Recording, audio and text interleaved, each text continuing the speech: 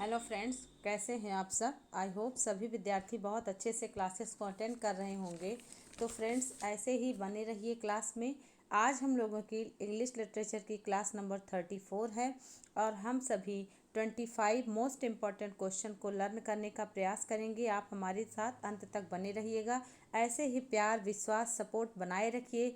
चलेंगे अपने पहले क्वेश्चन की तरफ। अपना पहला प्रश्न है, अ narrative collection of the writers earlier experiences specially those involving unusual people, places और इवेंट्स इज कॉल्ड। बताइएगा कौन सा ऑप्शन करेक्ट करेंगे। आपके ऑप्शंस हैं अ ट्रेवेलॉग, बायोग्राफी, मेमोर या ऑटोबायोग्राफी।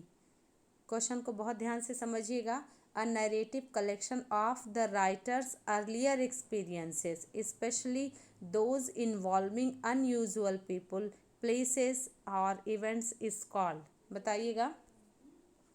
देखिए, यहाँ पर बात हो रही है एक नैरेटिव कलेक्शन की, जो राइटर करता है अपने पुराने अनुभवों पर, विशेषकर कुछ ऐसे लोग जो अनयूजुअल हो, कुछ अनयूजुअल स्थान, अनयूजुअल घटनाएं, तो उसका जिक्र जब कोई राइटर करता है तो उसको क्या कहते हैं। ऑप्शन नंबर सी करेक्ट है, बिल्कुल सही। सी ऑप्शन करेक्ट है, उसको मेमोर कहते हैं।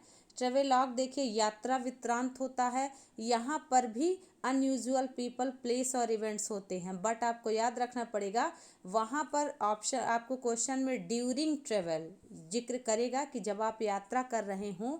यदि ऐसा जिक्र नहीं है तो ट्रेवेलॉग आंसर नहीं होगा। इसको यात्रा वृत्तांत कहते हैं।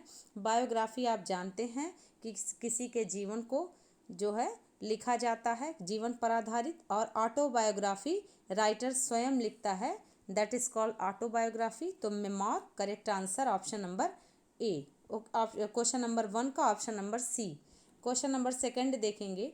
For his self indulgent and luxurious lifestyle who came to be called मेरी मोनार्क। बताइएगा।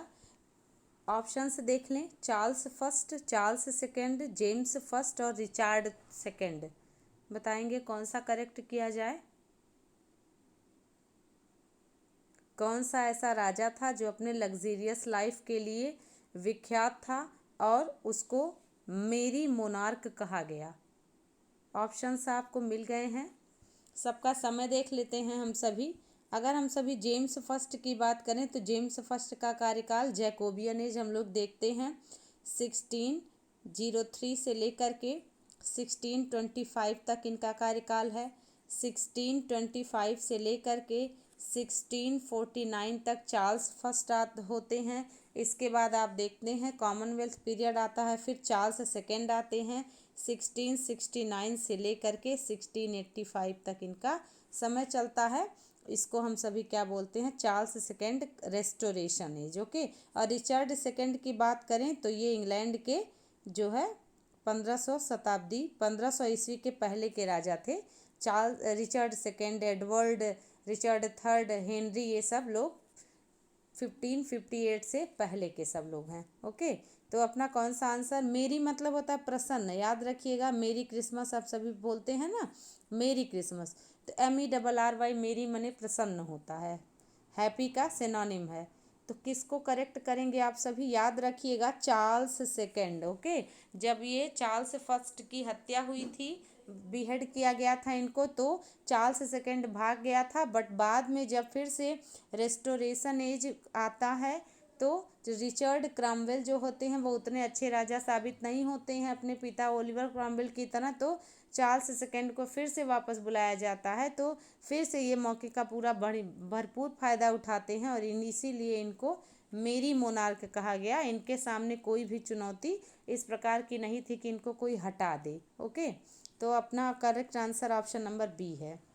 ये कुछ क्वेश्चंस हैं जो हिस्ट्री ऑफ इंग्लिश लिटरेचर से संबंधित हो जाते हैं, ये सभी आपको पता है। जैकोबियन तो जेम्स फर्स्ट, और कैरोलाइन चार्ल्स फर्स्ट, और रेस्टोरेशन एज तो Charles second. Question number third देखेंगे। A kind of drama in which debate and discussion are more important than plot, action, character is called. बताइएगा। एक ऐसा drama का प्रकार जहाँ पर आपको डिबेट और डिस्कशन ज़्यादा महत्व दिखाया जाए, प्लॉट, एक्शन और कैरेक्टर की तुलना में। अरिस्टोटल ने कहा है ना, plot, character, diction, spectacle, song और थॉट, ये 6 एलिमेंट हैं जो किसी भी ड्रामा में होने चाहिए। लेकिन एक नए प्रकार का ड्रामा जिसमें प्लॉट, कैरेक्टर, एक्शन को महत्व न देते हुए डिबेट और डिस्कशन को महत्व दिया जाए, वो क्या होता है? ऑप्शन से देख लें, curtain raiser, interlude, problem play या डिस्कशन प्ले। तो आपको हिंट मिल ही गया होगा फ्रेंड्स, ये डिस्कशन प्ले है। कर्टेन रेजर होता है मेन प्ले के पहले एक छोटा प्ले होता है, वो कर्टेन रेजर होता है। इंटरल्यूड प्ले के बीच में ब्रेक टाइम में होता था। और प्रॉब्लम प्ले सोशल पॉलिटिकल कोई भी समस्या को उठाया जाता था उसमें, तो प्रॉब्लम प्ले। और डिस्कशन प्ले में डिस्कस और डिबेट होता है। ओके, तो क्वेश्चन नंबर 3 का ऑप्शन नंबर डी करेक्ट होगा। क्वेश्चन नंबर 4 देखेंगे, which kind of following is not ट्रेजी comedy by William Shakespeare. आप बताएंगे इसमें से कौन सा ट्रेजी कॉमेडी नहीं है, बताइएगा। Merchant of Venice, Winter's Tale या टेम्पेस्ट या As You Like It. Tragicomedy means आप जानते हैं कि सही के साथ सही, गलत के साथ गलत, यानी कि कुछ कैरेक्टर्स होते हैं जिनको उनके किए के अनुसार उनका दुखांत अंत होता है और अच्छे कैरेक्टर के साथ उनको सुखद समापन होता है। जिसमें से हम सभी देखते हैं कि मर्चेंट ऑफ वेनिस में हम सभी लोग देखते हैं कि साइलाक को जो है उसका धन संपदा भी चला जाता है और उसको जो है माफ़ी भी मांगनी पड़ती है, जो कि एक यहूदी रहता है। ट्रेजी कॉमेडी का उदाहरण है। विंटर्स टेल भी हम सभी देखे थे। टेम्पेस्ट में भी देखिए, है ना, कि जो है प्रॉस्पेरो बचा रह जाता है बाकी। इसके बाद एज यू लाइक इट, यही As You Like It answer होगा। नॉट पूछा है तो डी वाला, ठीक है, डी ऑप्शन करेक्ट होगा। आप देख पा रहे हैं D will be right answer. Okay, क्यों? क्योंकि एज यू लाइक इट में कोई ऐसा किरदार नहीं है जो दुखी है। एक किरदार जो जैकस है वो मेलांकली मैन दिखाया गया है, परंतु वो ट्रेजी कॉमेडी से नहीं है कि उसके साथ गलत होता है, ठीक है, वो एक अच्छा कैरेक्टर है जैकस। तो As You Like It pure comedy है, ये ट्रेजी कॉमेडी नहीं है। As You Like It, Twelfth Night, ये सब प्योर कॉमेडी में आते हैं। ओके, तो आप सभी, ये बहुत आसान सा क्वेश्चन था, आप लोग कर पाए होंगे।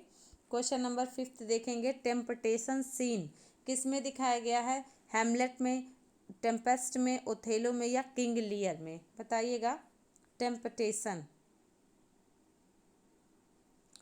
हैमलेट आंसर नहीं होगा, टेम्पेस्ट भी आंसर नहीं होगा, Othello is the correct answer. Okay, King Lear भी आंसर नहीं होगा। आप देख पाते हैं Hamlet, Othello, King Lear, Macbeth 4 great tragedies हैं। और टेम्पेस्ट आपका मास्क भी है, स्वान सॉन्ग भी है, और ये क्या है आपका? मास्क, स्वान सॉन्ग, और आपको मिल जाता है ये टेम्पेस्ट, एक मास्क भी है, स्वान सॉन्ग भी है। ओके, तो आपको कौन सा करेक्ट आंसर मिला? Option number C. ओके, आपको मिल जा रहा है ऑप्शन नंबर सी, ओथेलो। आगे देखेंगे, who among the following combines anthropology, history and fiction, बताइएगा। एंथ्रोपोलॉजी मतलब होता है मानव विज्ञानी, मानव शास्त्र, मनुष्य का अध्ययन। और हिस्ट्री मतलब इतिहास, और फिक्शन मतलब कल्पना, काल्पनिक बातें। इन तीनों का मिश्रण कौन करता है? ऑप्शंस हैं, देखें। कमला दास, मुल्क राज आनंद, आर के नारायण या रविंद्रनाथ टैगोर, बताइएगा किसको करेक्ट करना चाहेंगे आप?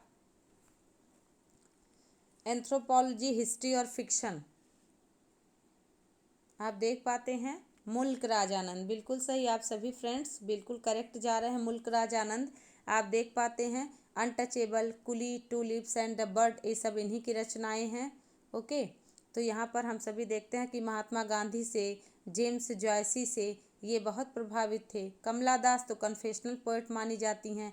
आर के नारायण मालगुडी है इनका बहुत फेमस, और रविंद्रनाथ टैगोर का गीतांजलि है, जिसकी वजह से बहुत फेमस की मैं बात कर रही हूँ। अदरवाइज तो बहुत सारी रचनाएं इन्होंने भी लिखी है। ओके, नोबेल प्राइज़ भी मिला था, तो ऑप्शन नंबर बी करेक्ट होगा। याद रखिएगा फ्रेंड्स, मुल्क राज आनंद अपना करेक्ट आंसर है। क्वेश्चन नंबर 7 देखेंगे, when Jude separates from Arabella after her insinuation in the novel Jude the Obscure, he returns to his dream of a better, और फिर आपको फिल इन द ब्लैंक दिया है, in Christ minister, बताइएगा। Christ minister, minister बताएंगे। यहाँ पर ये रचना किसकी है? ज्यूड द ऑब्सक्योर, बताइएगा। थॉमस हार्डी की है ना, थॉमस हार्डी का Tess of the d'Urbervilles, Jude the Obscure. तो यहाँ एक अंदर से क्वेश्चन है जो कि ज्यूड है, जो आप देखते हैं कि उसको ऑप्शन आप देख पा रहे हैं ना, marriage, religious practice, education, way of bringing up his children. तो बच्चे तो थे ही नहीं, बाद में बच्चे होते हैं, ठीक है, आप देख पाते हैं। एजुकेशन के लिए वो क्रिसमिंस्टर में आता है, बेटर एजुकेशन के लिए, क्योंकि पढ़ना उसका सपना था। ज्यूड और स्यू, देखते हैं ना आप ये। और इसी रचना के बाद इन्होंने 30 साल तक कसम खाया था कि नहीं लिखेंगे, तो ये अंतिम 30 साल इनकी लाइफ चली। बाकी जो आप देखते हैं 1840 में जन्म होता है, 1928 में थॉमस हार्डी की मृत्यु हो जाती है। तो option number C correct answer है दोस्तों, याद रखिएगा। एजुकेशन के लिए वो जूड एराबेला, जो कि धोखे से उससे शादी कर लेती है, और फिर आप देख पाते हैं।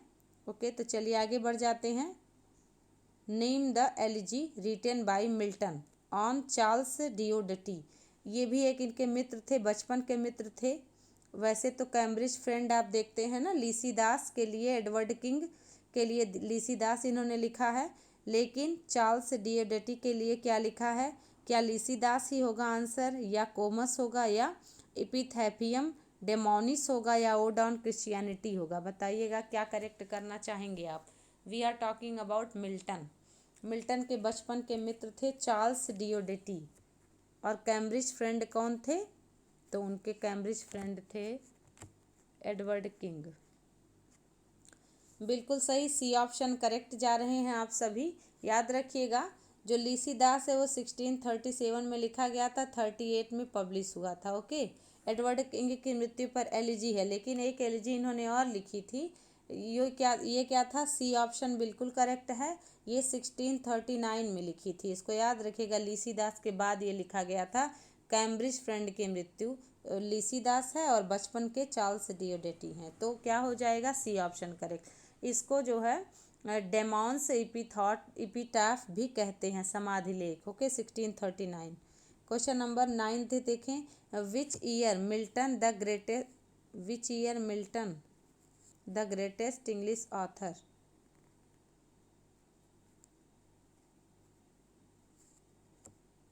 स्पेंसर, वर्ड्सवर्थ, पीबी शैली, या यहाँ पर होना चाहिए कि किसने मिल्टन को ग्रेटेस्ट इंग्लिश ऑथर कहा है।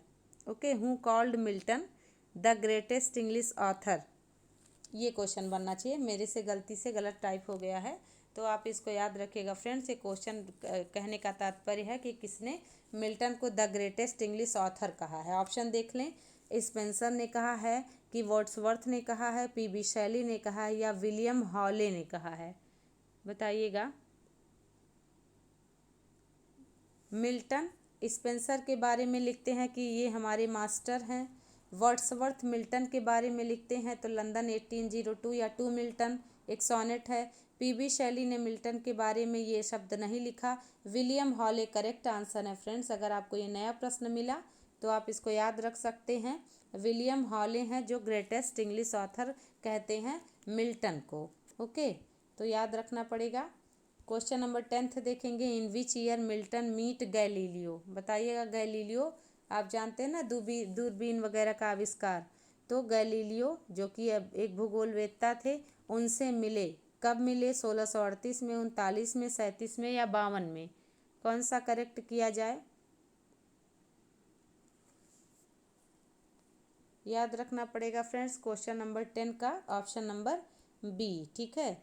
जो फ्रेंड्स को नए क्वेश्चंस मिल रहे हैं वो थोड़ा सा इसको लर्न करें, ठीक है। कुछ क्वेश्चंस हैं जो आपको नए से लग सकते हैं। वो आपका ऑप्शन नंबर ए 1638 में मिल्टन की मुलाकात गैलीलियो से होती है। ठीक, एक वर्ष पहले आप देखते हैं लीसीदास लिखते हैं, और एक वर्ष के बाद 39 में इपिटैफियम डेमोनिस लिखते हैं। ओके, तो चलेंगे आगे बढ़ेंगे।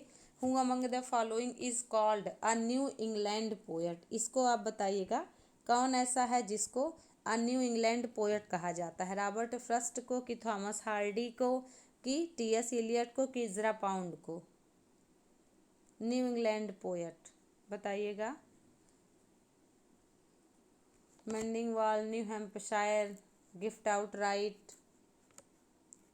अब याद आया, बिल्कुल सही, आप सभी लोग करेक्ट जा रहे हैं। ए ऑप्शन करेक्ट है। रॉबर्ट फ्रॉस्ट को द न्यू इंग्लैंड पोएट कहा जाता है। ओके, थॉमस हार्डी भी अमेरिकन है, रॉबर्ट फर्स्ट भी अमेरिकन है, टी.एस. इलियट भी, और इज़रा पाउंड भी अमेरिकन है। टी.एस. इलियट का संबंध आप देखते हैं 1927 में, है ना, 29 वर्ष या 39 वर्ष की अवस्था में इन्होंने, मुझे एकदम 29 या 39 नहीं याद रहा है, बस सन याद आ रहा है कि 1927 में ये क्रिश्चियनिटी को धारण कर लिए थे और इंग्लैंड के नागरिक बन गए थे। तो रॉबर्ट फ्रॉस्ट का उत्तर जिन बच्चों का आ रहा है वो करेक्ट है। Robert Frost new England poet हैं कहे जाते हैं।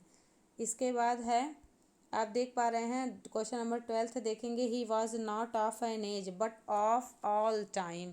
किसने किसके बारे में कहा? ये क्वेश्चन आपको कंफ्यूज कर सकता है तो बहुत आसान क्वेश्चन, लेकिन अगर रिवीजन नहीं करेंगे तो आप कंफ्यूज हो सकते हैं। बताइएगा किसने किसके बारे में कहा है? He was not of an age but of all time. Options देख लें। जॉन कीट्स ने स्पेंसर को, या बेन जॉनसन ने शेक्सपियर को, या कॉलरिज ने वर्ड्सवर्थ को, या बेन जॉनसन ने क्रिस्टोफर मार्लो को। बताइएगा, करेक्ट बताएं। याद रखिएगा फ्रेंड्स, यहाँ पर आपको जानने को मिलेगा बेन जॉनसन ने विलियम शेक्सपियर को कहा था। बी ऑप्शन वाले विद्यार्थी बिल्कुल आप सभी करेक्ट जा रहे हैं। बेन जॉनसन ने विलियम शेक्सपियर को कहा था he was not an age but of all time, और इन्होंने ही स्मॉल लैटिन लेस ग्रीक जो एक लाइन चलती है, इन्होंने ही इनको कहा था। अब मार्लो के लिए इन्होंने कहा था Marlowe's mighty line is blank verse, क्योंकि मार्लो ने ब्लैंक वर्स का इस्तेमाल किया था। ओके, क्वेश्चन नंबर 13 देख लें। When was the popular philosophy of Victorian age? बताइएगा विक्टोरियन एज में पॉपुलर फिलोसॉफी क्या थी? क्रिटिसिज्म यानी आलोचना करना, ह्यूमैनिटिज्म यानी मानवता की बात करना, या यूटिलिटेरियनिज्म मतलब यूटिलिटेरियनिज्म का मतलब उपयोगितावाद, या इम्पीरियलिज्म मतलब किसी चीज़ को इम्पीरियल किया जाए, इम्प्लीमेंट किया जाए। बताइएगा क्या करेक्ट करना चाहेंगे? यूटिलिटेरियनिज्म मतलब उपयोगितावाद। ओके, हर चीज़ को यहाँ पर साइंस से जोड़ा उपयोगितावाद जाने लगा था। ठीक है, तो आप करेक्ट करेंगे utilitarianism. Okay, C option. Okay, याद रख लें फ्रेंड्स। देखिए आलोचना समालोचना ये विक्टोरियन एज में, ठीक है, चलता था, लेकिन एक पॉपुलर फिलॉसफी नहीं था। उपयोगितावाद, चूँकि विज्ञान भी अपने चरम पर था, साइंस का अच्छा खासा डेवलपमेंट हो चुका था। क्वेश्चन नंबर 14 देखें। राजा राव को साहित्य अकेडमी अवार्ड मिला, कब मिला, किसके लिए मिला? बताइएगा, ऑप्शन से देख लें। 61, 63, 62, 64। राजा राव इंडियन है ना। साहित्य अकादमी अवार्ड इनको कब मिला? 1964 को। ओके, डी ऑप्शन करेक्ट है। किसके लिए मिला? तो याद रखिएगा friends, the Serpent and the रोप, सांप और रस्सी, सरपेंट एंड द रोप। समय देख लें, कब इन्होंने कब लिखा था? तो लिखा था तो 60 में, एक नावल था the Serpent and the Rope, लेकिन पुरस्कार मिला था 64 में। आगे बढ़ जाएंगे। The age of Dryden is known as. आज के क्वेश्चन कुछ आसान है क्या? मुझे लगता है मैंने बहुत आसान क्वेश्चन आज बना दिए। The age of Dryden is known as, बताइएगा ड्राइडन का एज क्या कहलाता है? रोमांटिक, जैकोबियन, न्यू क्लासिकल या एलिजाबेथन? न्यू क्लासिकल एज या सूडो क्लासिकल एज। ओके, याद रखिएगा फ्रेंड्स, क्लासिसिज्म को यानी ग्रीक लिटरेचर को फिर से फॉलो करने की, होमर, इलियड को, है ना, होमर को, वर्जिल को, ये सब फिर से अपनाए जाने की कोशिश में लोग ना कुछ नया कर पाए और ना ही इनको सही से फॉलो कर पाए, इसलिए सूडो क्लासिकल या नियो क्लासिकल या एज ऑफ ड्राइडन कहा जाता है। नियो क्लासिकल एज आप देखते हैं जो है एज ऑफ ड्राइडन है, फिर ऑगस्टन एज है, फिर आप देखते हैं एज ऑफ ट्रांजिशनल पीरियड है या age of doctor Samuel Johnson, ठीक ना। इसके बाद रोमांटिक एज आ जाता है, तो सी ऑप्शन करेक्ट है। क्वेश्चन नंबर 16 देखेंगे। Who first objected to Wordsworth theory of language. कौन ऐसा था जो वर्ड्सवर्थ के जो है भाषा की थ्योरी को विरोध किया था या पहली बार उस पर टिप्पणी की थी? बताएंगे आप। हालांकि वर्ड्सवर्थ का आप देखते हैं वो कहते थे ना कि नेचर जो है हमारा मदर नेचर, टीचर नेचर, ठीक है। और लैंग्वेज भी वो कहते थे इतना सिंपल होना चाहिए कि प्रोज और पोएट्री के दोनों के लैंग्वेज सिंपल होने चाहिए, कॉमन लैंग्वेज होने चाहिए, लोकल लैंग्वेज होने चाहिए। ओके, तो कौन था जो ऑब्जेक्शन किया था? आप देख पाते हैं कीट्स ने, कॉलरिज ने, शैली ने या टी.एस. इलियट ने। सभी आप देखिएगा, कीट्स, कॉलरिज, शैली, ये सब समकालीन है। टी.एस. इलियट ही आपके मॉडर्न है 1888 में, और 1965 में टी.एस. इलियट अलग हो जाते हैं। और कॉलरिज ने, बिल्कुल सही, आप सभी फ्रेंड्स करेक्ट जा रहे हैं। एस.टी. कॉलरिज ने जो है इनके लैंग्वेज को लेकर के टिप्पणी की थी पहली बार। और बाकी कीट्स और शैली ये सब रोमांटिक एज के ही हैं, परंतु इन्होंने ऐसा कुछ नहीं किया। तो आपके कॉलरिज करेक्ट होंगे। याद रखेंगे फ्रेंड्स, कॉलरिज इनके अभिन्न मित्र थे। कॉलरिज, डोरोथी, वर्ड्सवर्थ, ठीक है। तो जिसमें से कॉलरिज को, साउदे को और जो है वर्ड्सवर्थ को लेक पोएट कहा जाता है, क्योंकि ये लेक डिस्ट्रिक्ट में ये रहा करते थे। क्वेश्चन नंबर 17 देखिएगा, who claimed to preface to be half a child of my own brain. कौन था जो प्रीफेस, प्रीफेस बराबर लिरिकल बैलेट का प्रीफेस। ओके, याद रखिएगा दोस्तों, लिरिकल बैलेट का प्रीफेस की बात हो रही है। ओके, आप देख पाते हैं कि पहली बार 1798 में, फिर प्रीफेस आया था 1800 में, फिर 1802 में पब्लिश हुआ, फिर 1805 में पब्लिश हुआ, फिर 1815 में पब्लिश हुआ। तो लिरिकल बैलेट का कई कई बार पब्लिकेशन हुआ, 1898 में, 1800 में, फिर 1802 में, फिर 1805 में, फिर 1815 में, ठीक है।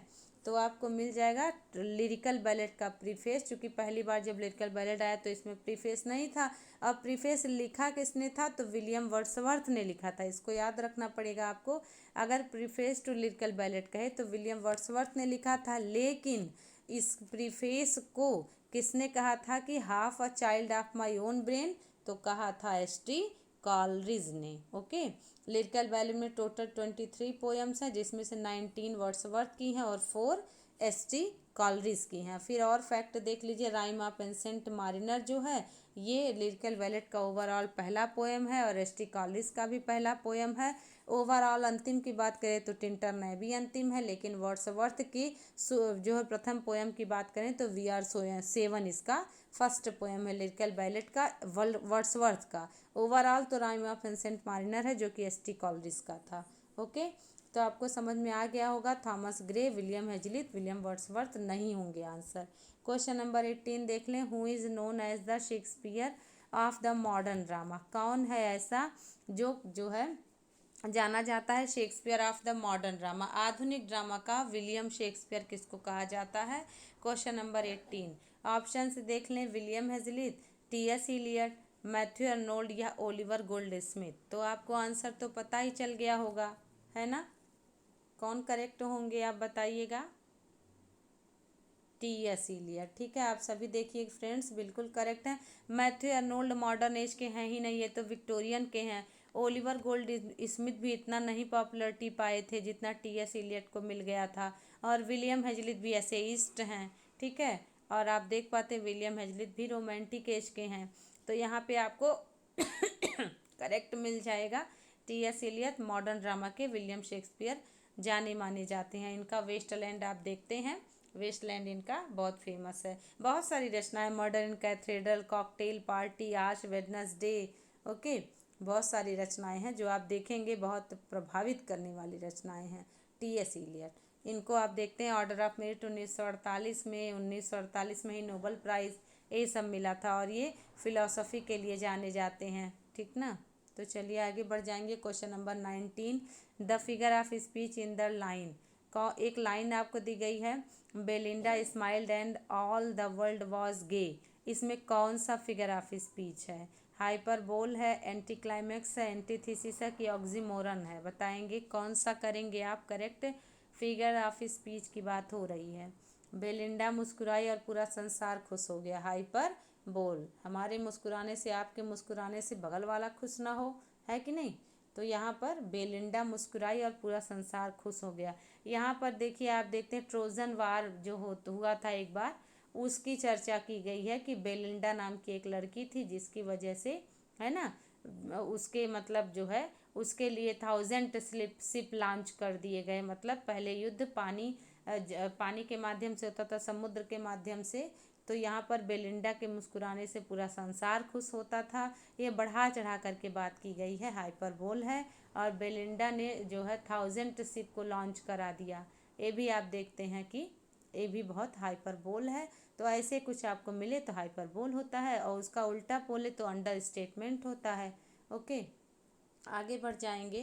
क्वेश्चन नंबर 20 देखेंगे। Oedipus is a tragedy was written by.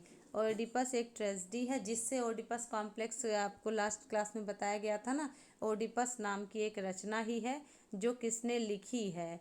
तो ऑप्शन से देख लें। सोफोक्लिस है, मार्लो है, होमर है, दांते हैं। मुझे लगता है आप बड़े आराम से कर ले जाएंगे इसको। मार्लो का संबंध बिल्कुल नहीं है इससे। होमर का तो इलियड और ओडिसी आप बिल्कुल परिचय है, ओडिसी है, याद रखिएगा, ओडिपस नहीं। और दांते का डिवाइन कॉमेडी एक बहुत महत्वपूर्ण रचना है। तो आपका आंसर कर पा रहे हैं सोफोक्लिस। ओके, सोफोक्लिस मॉडल पर ही तो आधारित है, आपने देखा था सैमसंग एगोनिस्ट भी। और ये तीन थे, एसिचिलस थे, यूरिपिडस थे, सोफोक्लिस थे। ये तीन ग्रेट ग्रीक ट्रेजेडी राइटर थे। तो ओडिपस में जो है सोफोक्लिस ने लिखी थी ओडिपस नाम की रचना, जिसमें कन्फ्यूज़न में ओडिपस अपनी माँ से अट्रैक्टिव होकर के शादी की तैयारी करता है, लेकिन बाद में बात खुल जाती है और फिर वो शर्मिंदा होकर के अपनी आंखें अंधी कर लेता है। तो यहाँ पे आपको मिल जाएगा क्वेश्चन नंबर 20 का ए आंसर। ओके, आगे बढ़ जाएंगे। क्वेश्चन नंबर 21 देखें। Break break break big boulder beside the river. यहाँ पर जो है कौन सा फिगर ऑफ स्पीच है? Break break break. Break break break Tennyson की है ना रचना। अगर डोवरविच कहे तो मैथ्यू अर्नोल्ड का है। ब्रेक ब्रेक ब्रेक कहे तो अल्फ्रेड लॉर्ड टेनिसन का है। एंटीथीसिस, एलिटरेशन या रेफ्रेन या अंडर स्टेटमेंट, कौन सा करेक्ट करना चाहेंगे? एंटीथीसिस, अलिटरेशन, रिफ्रेन या अंडर स्टेटमेंट। एंटीथीसिस में एक क्लास दूसरे का अपोजिट होता है। अलिटरेशन में रिपीटेशन होता है ना, शब्दों का भी हो सकता है और साउंड का भी हो सकता है। और देख पा रहे हैं रिफ्रेन, आप देख पाते हैं रिफ्रेन में लाइन का रिपीटेशन होता है 4 लाइन के बाद। अंडर स्टेटमेंट मतलब बड़े बात को कम आंकना। तो ब्रेक ब्रेक ब्रेक आप देख पा रहे हैं साउंड का सीधा सीधा repetition, B B B, break break break, big boulder beside. तो अलिटरेशन ये तो स्पष्ट है ना। आगे बढ़ जाएंगे। Question number 22। One could hear the thundering of guns in the battle field. बताइएगा इसमें कौन सा फिगर ऑफ स्पीच है? हाइपरबोल, सिनेक्डोकी, ओनोमेटोपोइया या बैथॉज, कौन सा करेक्ट करना चाहेंगे? इसमें भी बहुत आसानी से आप कर पा रहे होंगे डिफ्रेंशिएट। हाइपरबोल नहीं है, सिनेक्डोकी नहीं है, और ओनोमेटोपोइया बिल्कुल सही, सी आंसर करेक्ट है। बैथॉर्ड मतलब एंटी क्लाइमेक्स, ये भी आंसर नहीं होगा। थंडरिंग ऑफ गन यानी कि बंदूक के जो है गड़गड़ाहट की आवाज़, तो यहाँ पर क्या हो जाएगा? युद्ध मैदान में कोई भी सुन पा रहा था तो ओनोमेटोपोइया। ठीक है। क्वेश्चन नंबर 23 देखें। I have never red Homer. इसमें कौन सा फिगर ऑफ स्पीच है? बताइए। लिटोटेस है, मेटोनमी है, पैथेटिक फैल्सी है, ट्रांसफर इपिथेट है, कौन सा फिगर ऑफ स्पीच करेक्ट करना चाहेंगे? मैंने कभी भी होमर को नहीं पढ़ा। बताइए। लिटोटेस मतलब निगेटिव में अफर्मेटिव, तो यहाँ पर ये आंसर नहीं होगा। मेटोनमी बिल्कुल बी वाले विद्यार्थी करेक्ट हैं, मेटोनमी करेक्ट होगा।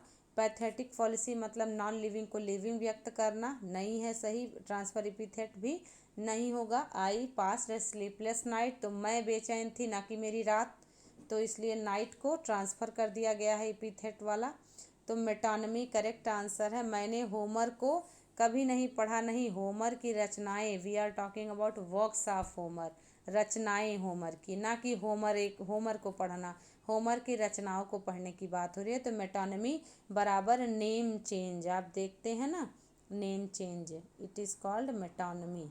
ओके। क्वेश्चन नंबर 24 देखेंगे। The rude sea grieve cold at her song. बताएं। In it is an example of allegory, irony, pathetic fallacy या bathos. Rude sea grieve cold at her song. अब आपको मैंने पढ़ के भी बता दिया, ठीक है, हिंट भी मेरे पढ़ते समय आपने ले लिया होगा। The rude sea grieve cold at her song, बहुत ही वेल नोन क्वेश्चन है, आप कर पाएंगे। बिल्कुल, pathetic fallacy, you all are correct, pathetic fallacy is the correct option.